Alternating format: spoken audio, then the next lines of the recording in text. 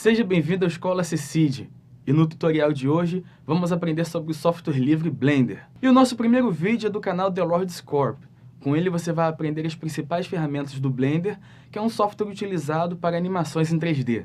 Inscreva-se no canal do CCID, deixe seus comentários, sugestões e fique por dentro do que há de melhor na rede. Então, vamos à aula? Olá, eu sou o Renan Gomes e hoje vou apresentar para vocês uma suíte de produção 3D, que é o Blender. É um programa onde ele vai aglobar desde o processo de modelagem até a parte de renderização, de finalização e também a parte de games, animação, pós-produção, enfim.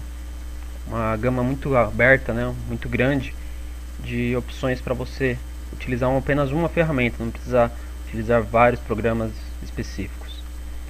Então, primeiramente, quando eu abro o Blender, ele vai me mostrar essa splash screen, onde mostra a versão do programa, uma arte já realizada com o próprio Blender e os últimos arquivos que eu abri recentemente. Então, para começar a utilizar o programa, basta clicar em qualquer parte da tela. Então, primeiro o que eu tenho em cena, eu tenho um cubo, uma lâmpada, uma câmera. Vamos usar os comandos básicos com o mouse. Primeiro, para movimentar a tela, ou melhor, a minha visão com relação à cena, vou segurar o botão do meio do mouse. Clico com o botão do meio seguro. Posso mudar a minha visualização, posso olhar o objeto na parte de trás dele, na frente, enfim. Aqui eu tenho uma visão perspectiva do objeto. Como é que eu faço para deixar uma visão ortogonal, ou seja, uma visão mais exata? Porque aqui eu tenho um campo de profundidade. Se eu quiser deixar a visão, por exemplo, olhar ele de frente, sem ter essa profundidade. No meu teclado numérico, eu vou ter os botões do 1 ao 9, do 0 ao 9 na verdade. Então, botão 1, eu olho o objeto de frente. 2, eu vou descendo, rotacionando a tela. 3, eu vou olhar o objeto de lado. 4, também eu rotaciono a tela, só que basicamente no eixo Z, para a esquerda, por assim dizer. O 5, ele vai justamente mudar a minha visão. Repare, quando eu aperto 5, ele me dá essa perspectiva, essa noção de profundidade, ou ortogonal, que é a visão mais reta, ideal para quando você quer exatidão, principalmente quando trabalha com arquitetura. Se eu estou olhando um projeto, uma folha de cima, você não precisa ter uma noção de profundidade, você precisa ter exatidão. 6, botão 6, vou girar a tela para a direita, 4 era para a esquerda, 6 para a direita. 7, eu olho o objeto de cima. O 8, eu vou rotacionar a tela no eixo X, né, olhando, digamos assim, para cima. 9 não faz nada. O 0 é muito importante. Quando eu aperto o 0, eu vou para a visão da câmera. Aperto novamente, volto para a visão onde eu estava. Como assim visão da câmera? Lembra que eu falei, esse objeto aqui é a câmera. É dele que eu vou bater as fotos ou gravar a cena que eu estou produzindo.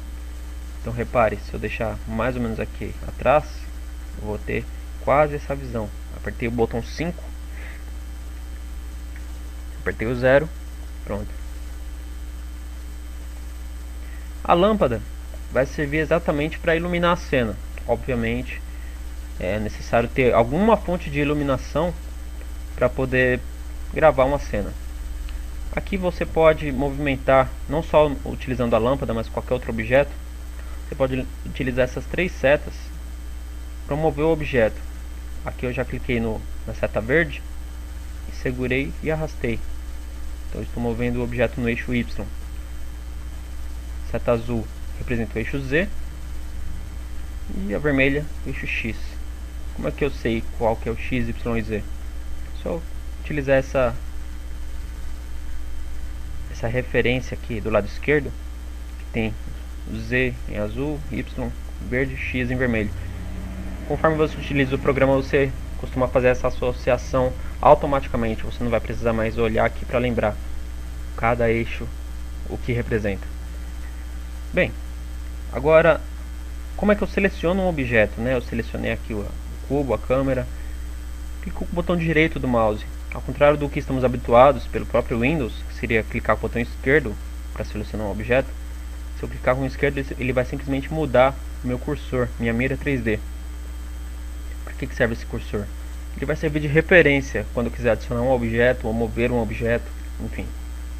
Eu posso, por exemplo, rotacionar o objeto no eixo, ao invés de utilizar o eixo X, Y, Z, posso usar minha mira como eixo, meu cursor 3D como eixo. Tá? Eu já vou mostrar para vocês como fazer isso. Então, só recapitulando a movimentação do objeto, posso utilizar essas setas para manipular, ou eu posso utilizar o atalho do teclado, que é muito mais prático quando você está trabalhando numa produção. Você não vai ter tempo de ficar utilizando os manipuladores, você precisa de agilidade. Então, para isso nós vamos sempre utilizar os atalhos do teclado, ok? Então, a letra G do inglês grab, agarrar, você vai mover o objeto em qualquer posição. Posso travar, mover ele só no eixo X, apertando o botão X. Pronto, só estou movendo ele no eixo X. Se eu apertar o Y, ele vai mover só no Y, Z só no Z. Okay? Isso vai servir para qualquer objeto. X, Y, Z. ESC cancela a última ação. Se eu não quiser cancelar, se eu quiser mover, apertei o G para mover e deixar lá, basta eu clicar ou apertar o botão Enter. Ok, dá na mesma. Então, recapitulando, botão direito seleciona o objeto, G move, X, Z, Y trava os eixos. Esses são comandos básicos que é muito importante gravar, treinar bastante esses comandos.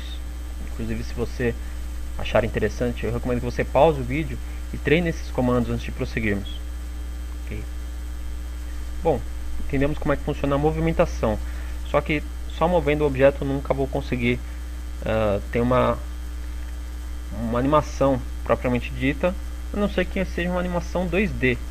Né? Você pode mover o objeto daqui, do ponto X até o ponto Y, né? Você vai ter uma animação. Só que para meio de produção isso fica muito básico, né? Então eu preciso rotacionar também o objeto. Preciso saber como mover, rotacionar e mudar o tamanho, mudar a escala desse objeto. Então a seta move, a curva ele vai me dar a opção para rotacionar no X, no eixo Y e no eixo Z. E a opção para escalonar, eu posso mudar o tamanho no X, Ctrl Z desfaz a automação, no Y e Z. Ok? Então, eu posso deixar esse manipulador ativo, mas eu posso também desativá-lo. Quando eu só uso atalhos do teclado, é muito mais conveniente não ter essas setas aqui atrapalhando a minha visão. Ok? Eu vou deixar ativo apenas para ter como referência, mas o ideal é desativá-lo quando você estiver modelando, estiver produzindo. Então vamos utilizar agora apenas os atalhos do teclado. Apertei o G, eu movi.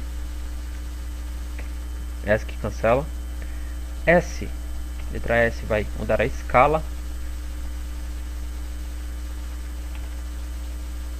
A mesma coisa que eu utilizei no G para mover, eu utilizo no S para mudar. Então, se eu apertei o G, logo em seguida eu apertei o X, ele só vai mover no eixo X. Y, mesma coisa. E Z, mesma coisa. S, se eu não apertar nada depois do S, ele vai mudar o tamanho como um todo. X, só no eixo X. Y, só no eixo Y. E Z, só no eixo Z. Ok? Rotacionar, R, de rotate. O R vai simplesmente girar de acordo com o meu ponto de vista. O X, independente do meu ponto de vista, ele só vai girar no eixo X. Y, idem. E Z, a mesma coisa. Okay? Então esses são os comandos básicos necessários para a gente poder ter algum tipo de iniciação no Blender.